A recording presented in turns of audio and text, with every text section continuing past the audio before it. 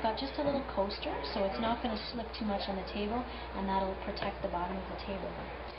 In an ideal world, we want to pre-warm the bowl, and you can put in about 1/4 cup of water, and then it's very nice to hit the whisk.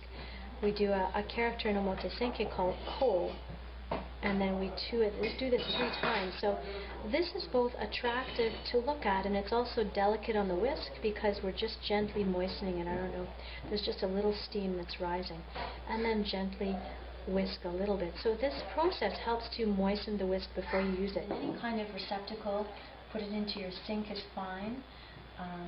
And then here you can use paper towel if you want. This is a linen cloth that we use in tea ceremony. And we go around the entire perimeter of the bowl 3 times and then come into the center. And in Omotesenki again we make hiragana yu no ji, or the character yu.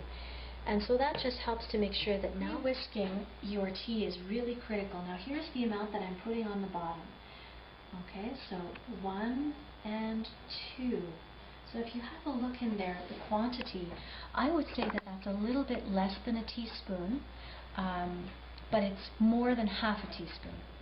Okay, gently transferring this over, and I'm going to whisk it, or just gently sift it into the bottom. I'm not scraping it through because I don't want to damage the matcha in any way.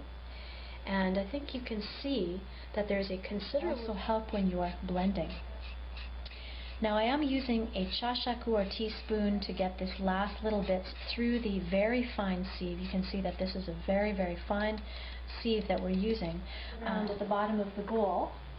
And then we'll tap the tea bowl once and twice in Omotesenke.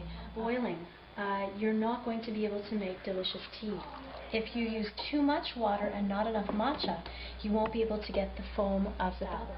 Okay? In Urasenke, they hold their tea bowl on the side, but if you're a beginner and you're not that experienced, holding it on the top with your index and thumb, fingers together, off to the side of the bowl. Here we're roughly at 11 p.m. and 7 p.m. And then back and forth straight. Not scraping it against the bottom of the bowl, because then I can't get the speed that I require to oxygenate the tea. But roughly, I'm not quite, I'm maybe like ½ a centimeter from the top of, or the bottom of the bowl of the tea.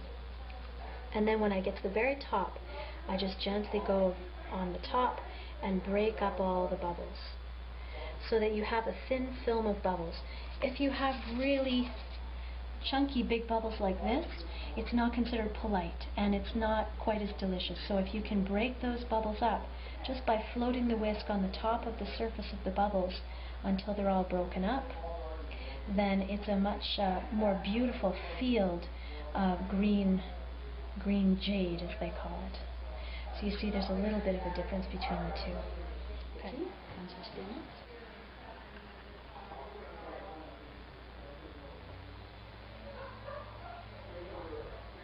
I'm going to drink that all in.